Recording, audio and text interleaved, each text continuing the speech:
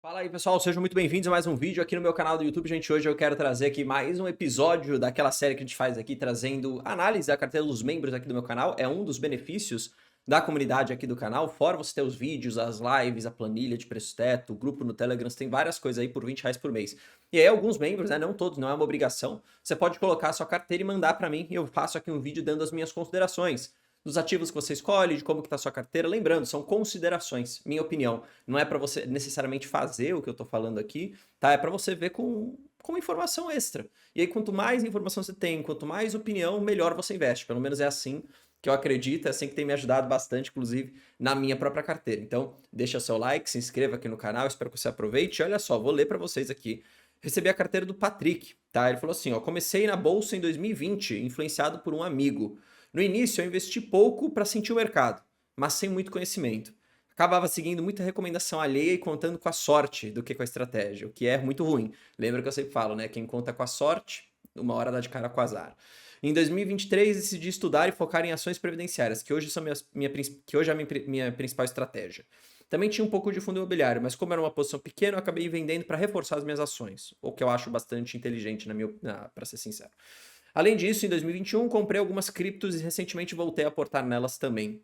Deixo meu dinheiro de reserva de emergência no 100% CDI do Banco Inter, mas não inseri isso aqui na carteira, o que é super bom, então já é um check positivo aqui. Gostaria que desse a sua opinião sobre minha carteira. Estou pensando em vender minha posição em Taurus e Bradesco para concentrar nas ações que eu já tenho. O que você acha? Desde já, agradeço pelos ensinamentos, te acompanho faz tempo. Tamo junto, Patrick. Patrick, lembrando que trabalha como engenheiro civil, tá? Então é interessante que vocês saibam isso, porque os aportes dele muito provavelmente vêm desse trabalho de engenheiro, beleza? O que pode ser uma realidade para algumas pessoas aqui também. Então, só para trazer aí essa visão para vocês.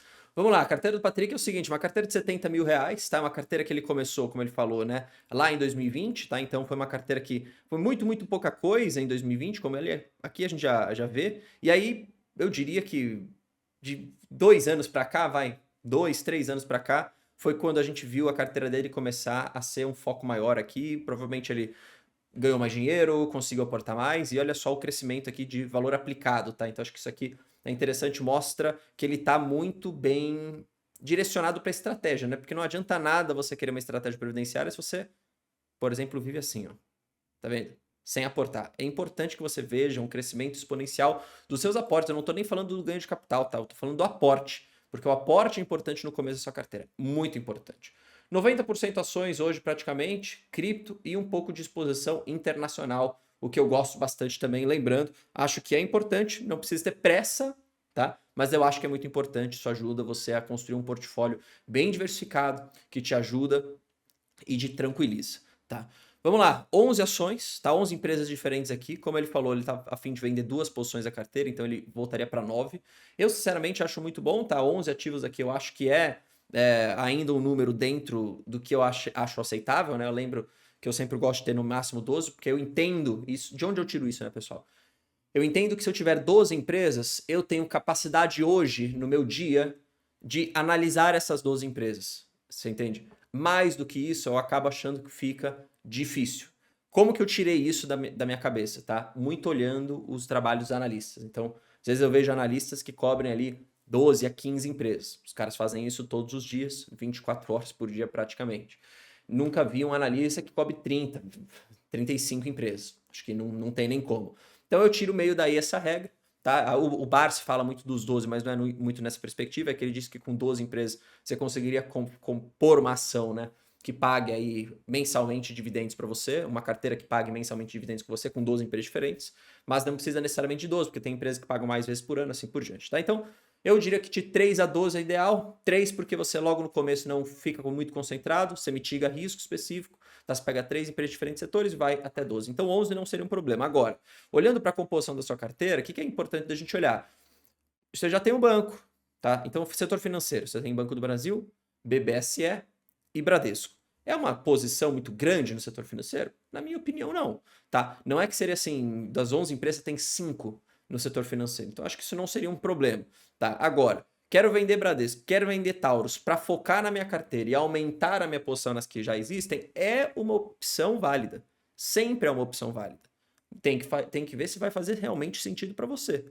Você está fazendo isso porque você está entendendo que você está buscando uma melhor eficiência para a carteira, e quando eu falo eficiência da carteira cresço a minha posição, começo a receber cada vez mais dividendo, esse dividendo eu reinvisto, eu consigo perceber que eu cresço mais a minha carteira se eu fizer isso, ou você está fazendo um giro que é pouco pensado? Se for um giro pensado, eu acho válido. Inclusive, eu já fiz isso na minha carteira há algum tempo, tá? Com várias outras empresas focando em eficiência.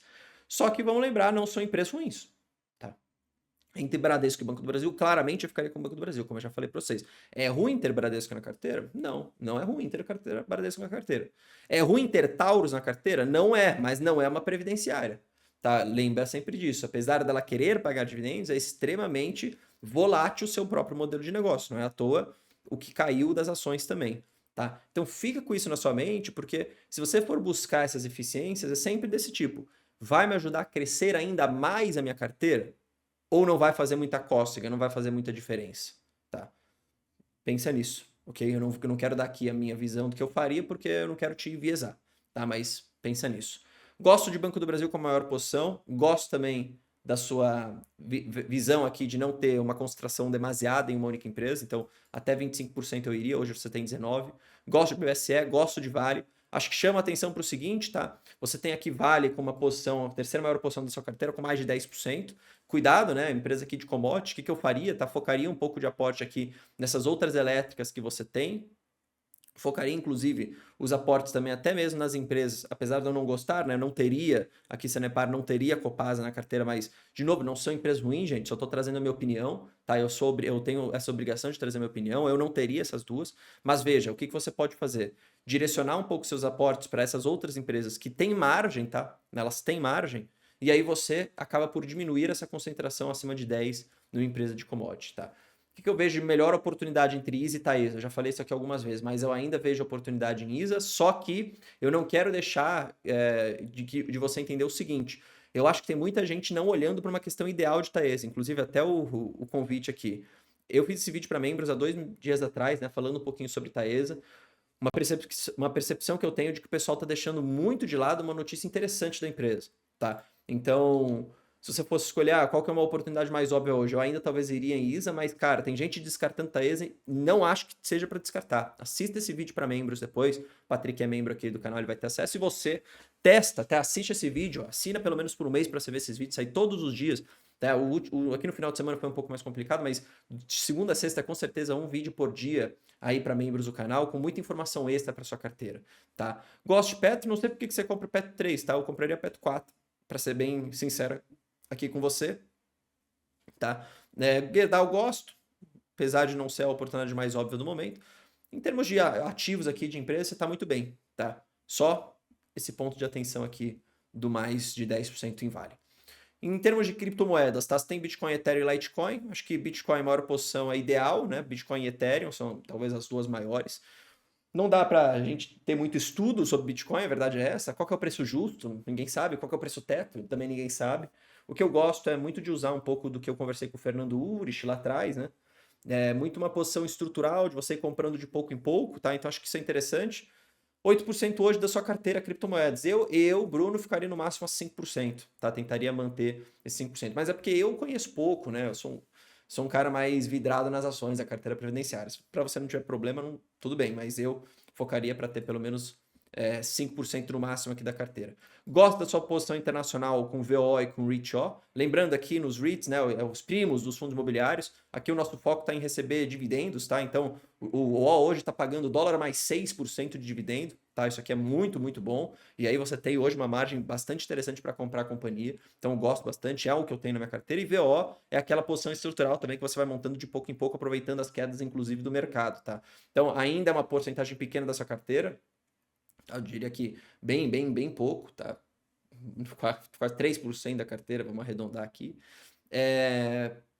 Dá para aumentar muito isso daqui, só que com calma, acho que não tem pressa nenhuma, é importante que você já tenha essa visão, mas pelo menos esse é o meu objetivo, né, no curto prazo aqui, 70-30, né, quero 30% Estados Unidos, 70% Brasil, curto prazo, tá, então essa é uma meta que eu tô aqui bastante agressiva para mim. Em termos de lançamentos aqui, só para olhar um pouco de como que você olha para sua carteira, nós temos aqui os aportes, tá? Aportes em tranches, que a gente chama, né? De pouquinho em pouco. Acho que isso é interessante, sempre já falei para vocês.